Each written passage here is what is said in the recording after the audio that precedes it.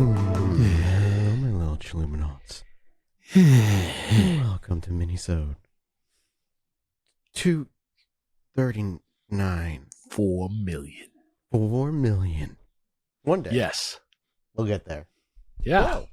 How's it Oh, going? man. I'm fucking emotionally and creatively drained Yeah. after that giant Charles Manson chunk of reading that I just did. Laid the foundation quite well.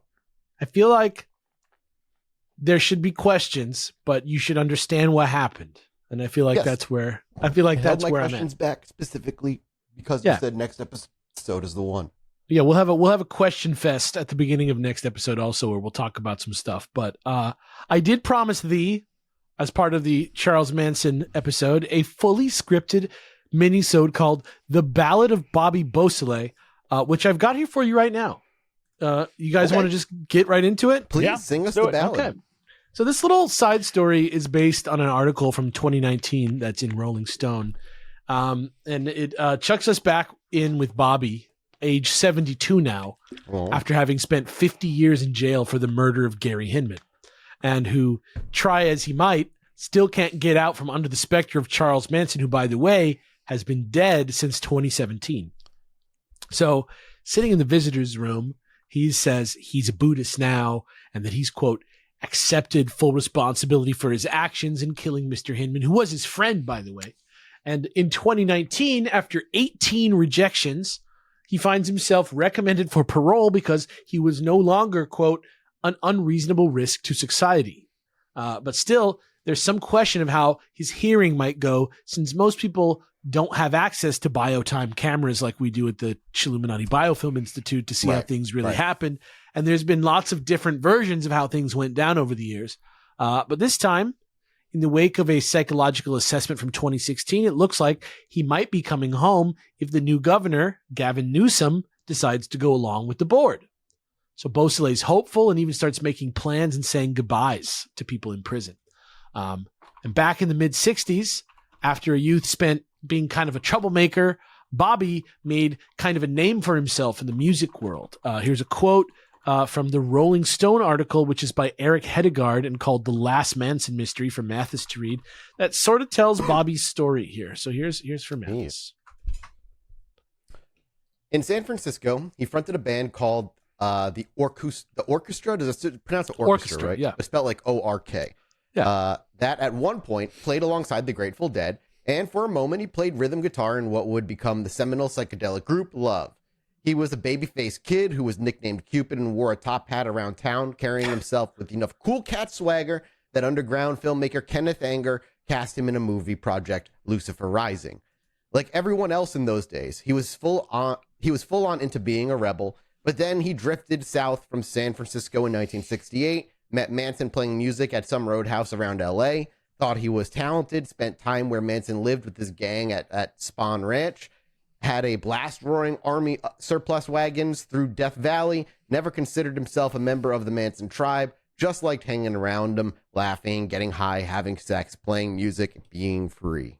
Yeah, and here's a quote about that from Bobby Beausoleil himself from about that time, which is for Jesse to read right here. Man, it was great. That's what people don't get. At first, it was just fun. Then again, maybe that's just what Charlie chose to show me. The happy-go-lucky, light-hearted, vagabond musician when he wasn't being so many other things to other people. Whatever works in the moment. That was Charlie's unifying philosophy.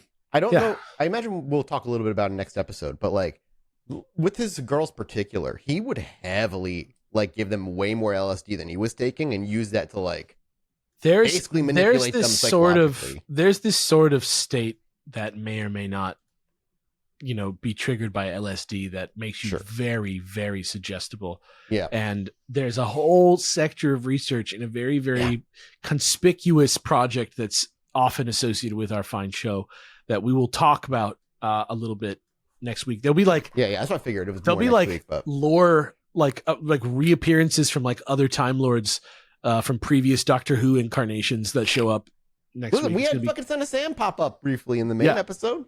Yeah, it's going to be crazy.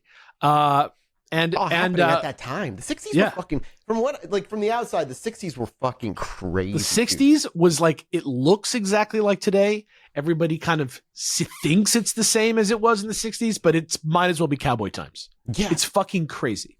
The 60s are cowboy times in 90s clothes. It's so weird. Yeah. Bobby Beausoleil still plays music today. He even completed the soundtrack to that movie, Lucifer Rising, for Kenneth Anger, while he was in prison. He also released 6 other albums. He's led several prison bands. He made a custom acoustic electric guitar with a soldering iron and paper clips and a battery. That's crazy. Even makes all kinds of crazy visual art. He also meets with movie stars sometimes about scoring projects, including the legendary character actor Holt McCallany. If you don't know him, he's from like Mindhunter and a bunch of other stuff. He's like the kind of like, he always plays like a guy in an FBI type role. That kind of he's like the other guy who's not Jonathan Groff from Mindhunter, who is an agent. And Holt McCallany had this to say about Bobby Beausoleil, which Mathis will read for us now. He's been a model prisoner. Having met him and talked with him, my very clear sense is that this is a guy who just wants to try to rebuild what remains of his life. The notion that he would kill again is preposterous. And if he hadn't been tainted by his association with Manson, he would have been paroled long ago. And here's even a quote for Jesse to read from Bobby about what he wants to do when he gets out of jail. So here you go. Is it LSD? No. First thing, I'd like to get a dog. I'm 71 years old. I still got women competing with each other over me, and I don't know what the hell that's about. I was married for 31 years to a wonderful human being, and when she died, I don't want to pair up again. This is a I'm different not version looking of to hook Jesse, up. I feel like. Jesus. Yeah. I just want to Jesse. be a bachelor and adopt a companion, which is how I did it when I was on the streets before. The only time I've ever gotten into trouble is when I didn't have a dog. Last one I had was named Hocus. Yeah, I'm the thing. This has got flavors of Jesse in there, Yeah. especially when it comes to being like a ladies' man. And remember, he's almost 80 now because this was in 2019. That's crazy. And then in April of 2019, Gavin Newsom just reversed the decision of the parole board, saying that he knew Beausoleil was only 21 when he did the crime and that he'd been bettering himself in prison, but that still didn't let Newsom get past the crime and the horrificness of it himself. And here is Mathis with a quote from Governor Gavin Newsom. Mr. Beausoleil helped perpetrate the first of the Manson family's atrocious, high-profile murders in an attempt to start a civilization-ending race war. Mr. Beausoleil and other Manson family members kept Mr. Hinman hostage and tortured him over several days in an attempt to finance their apocalyptic scheme. When Mr. Hinman refused to cooperate, Mr. Manson sliced Mr. Hinman's throat and severed his ear before Mr. Beausoleil stabbed him to death. For the record, Charles Manson did not slice Gary Hinman's throat. I don't know where he got that from, but that doesn't really matter, as there's plenty of people out there, including Hinman's family, who are perfectly fine with Bobby Beausoleil rotting in jail forever, since that's what they feel he deserves for killing Gary Hinman. I mean, I agree. As for the mystery, though, one time slice we did end up grabbing for the minisode, though they don't give us as much budget for the time slices, comes from an interview that Beausoleil did with Truman Capote in 1973, which will have Mathis and Jesse recreate a portion of you for you now.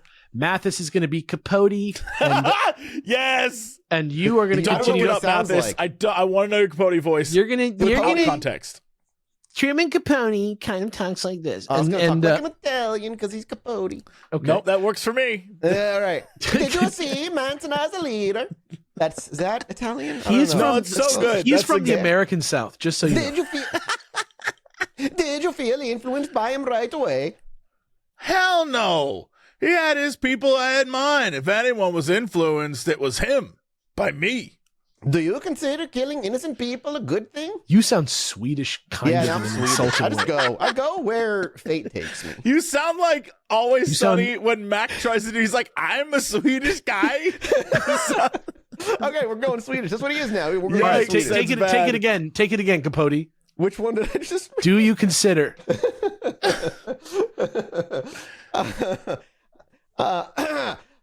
Do you consider killing innocent people a good thing? Who said they were innocent?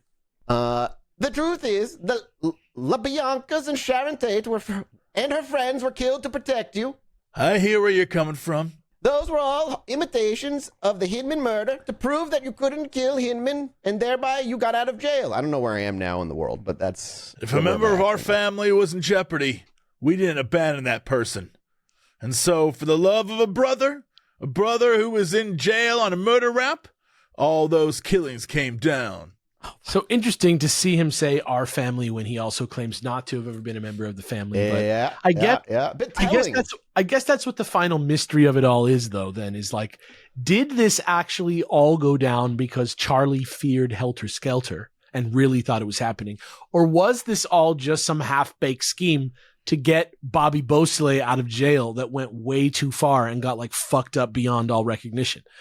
The author of this article actually did go and ask Manson about it at some point, which is crazy. And he said, quote, "I know who did it, but I'm not telling because I don't tell on other people. That's called ratting, and I'm not a rat. It was not one person. It was a team. Full. It was all. Everybody." Yikes. But the truth is... Stay in prison. Yeah. The truth is that throughout the article, Bobby goes back and forth and can never really come down on one side of it or the other, and kind of like says yes to being it, like, because he likes the idea of people looking out for him, but he doesn't like the idea of being like manipulative and creepy and plotty with other people about it. He doesn't want to seem like he still like sees those people as his people, kind of, but he like likes the kind of fellowship that it gives. And he has also said Charlie told him the Cielo Drive thing was all just about trying to kill Terry Melcher, which is another thing that like is an alternative to the Helter Skelter theory that we just talked about. But the point is, still, no one knows. And even all these years later, nobody trusts Bobby Beausoleil, not even Governor Gavin Newsom, which is crazy. So I followed up to see what happened to Bobby Beausoleil between 2019 and 2025, and it is grim. For 6 fucking years, no movement on Bobby Beausoleil. And then suddenly, in January of 2025, on January 7th, Bobby is once again recommended for parole by the board. And then once again in May, just 2 months ago, in between dealing with riots, fake riots, and ICE raids, and threats of his own incarceration from the President of the United States, Newsom still had time to, by hand, go in and reverse this dude's parole. So that kind of sucks. And it makes me angry. But also not that angry because I'm not sure what I think happened here. I'm not sure exactly what I think his crime is, but also he was in prison for a certain crime described a certain way. And it's like, I don't know. Like, if you didn't do that specific crime, should you be in jail? I don't know. I just don't know. It's weird. But that is, in fact, the ballad of Bobby Beausoleil. And if you want more information on Bobby Beausoleil, there is an excellent, excellent, excellent podcast called You Must Remember This. Have you ever heard of that podcast? No. You Must Remember This is an incredible podcast that is run by this incredible sort of like Hollywood, like sort of, she's just like a famous, I don't know. The podcast has been around for so super long. Her name's Karina Longworth. She's married to Ryan Johnson. She's just like a huge buff about Hollywood. And in season 4, which was like in 2015, she did this thing called Charles Manson's Hollywood. It's like a huge, big thing on the Manson case. I mentioned it briefly in the episode, but she actually goes a full episode on Bobby Beausoleil in episode 6. So if you're interested in Bobby Beausoleil specifically, or Roman Polanski, who I might touch next week in this slot, we might talk a little bit more about Roman Polanski, because Roman Polanski actually gets involved with some other legal troubles in his life after this that are different than this. And so we can talk about those and just what kind of guy Roman Polanski is, which we might do on the minisode next week, I think. We'll see which character emerges from the mist. But I'm still writing that episode because it's very complicated, but we'll see what's going on. But that is the minisode for today. Thank you so much. Scripted minisode as part of LA month. And LA month's gonna be fun. Enjoy it and put your fucking LA stories in the post on Reddit. And we love you and goodbye. Goodbye, everybody. Bye-bye.